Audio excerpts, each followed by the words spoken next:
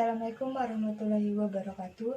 Sebelum memulai pelajaran, marilah kita membaca bismillah. Bismillahirrahmanirrahim. Nah, di sini saya menampilkan gambar.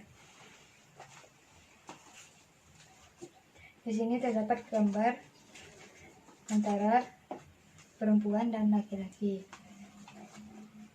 Nah, apakah ada perbedaan di antara kedua gambar sini?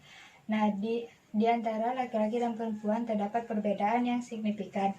Hal ini karena adanya perbedaan struktur dan fungsi dari organ reproduksinya. Tujuan dari materi reproduksi untuk menyebutkan alat-alat reproduksi wanita dan menjelaskan fungsi reproduksi pada wanita. Apakah ada yang tahu kenapa manusia melakukan reproduksi? Nah, manusia melakukan reproduksi untuk berkembang biak atau mempertahankan keturunan dengan tujuan untuk mempertahankan jenisnya.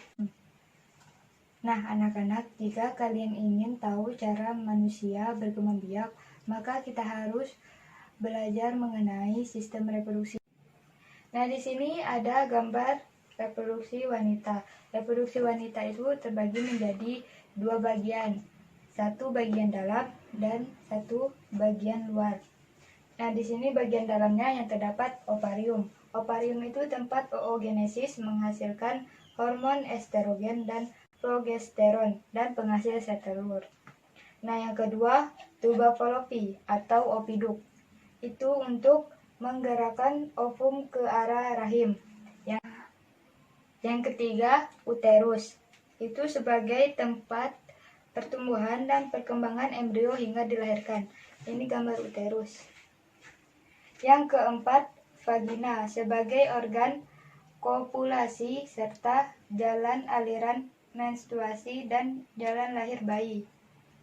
Yang ini vagina. Yang selanjutnya, vulva. Vulva ini sebagai organ reproduksi luar pada wanita. Vulva ini dibagi menjadi 7 bagian. Yang pertama, mons pubis merupakan bagian yang tebal dan banyak mengandung jaringan lemak. Yang kedua itu labia major. Itu jumlahnya sepasang, suatu lipatan tebal yang mengelilingi vagina dan ditumbuhi rambut. Yang ketiga, labia minor. Itu jumlahnya sepasang, terletak di dalam mayora, banyak mengandung pembuluh darah dan saraf. Yang keempat, klitoris. Klitoris itu berupa sebuah tonjolan kecil, merupakan yang paling peka terhadap rangsangan. Yang kelima, ada vestibula, area yang dikelilingi labio minor, menutupi lubang utrea, mulut vagina, dan saluran kelenjar Bartholin. Kemudian mulut vagina dikelilingi oleh membran yang disebut himen atau selaput darah. Terakhir ada orificium utrea, jalur keluar urin dari kantung kemih. Nah, di sini saya akan memberi soal latihan untuk mengetes apakah kalian paham atau tidak. Nah, yang pertama, soal pertama itu soalnya, uterus adalah bagian alat kelamin wanita yang berfungsi sebagai tempat A. Pembuahan, B. Peleburan, C. Pembuatan sel telur, D. Perkembangan embrio, dan E. Aliran menstruasi.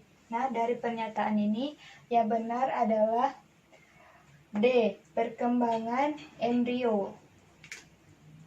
Yang D adalah benar. Soal selanjutnya nomor 2. Alat kelamin pada wanita yang berfungsi menghasilkan sel telur adalah A. Opiduk, B. Utrea, C. Ovarium, D. Plasenta, dan E. vulva. Jawaban yang benar adalah C. Ovarium. Yang ketiga, soal yang selanjutnya, mulut vagina dikelilingi membran yang disebut A. Vestibula, B. Himen, C. Utrea, D. Labia minor, E. Labia major. Jawabannya adalah B. himen. Jadi kesimpulan pada materi sistem reproduksi wanita adalah bahwa reproduksi wanita dan pria itu berbeda.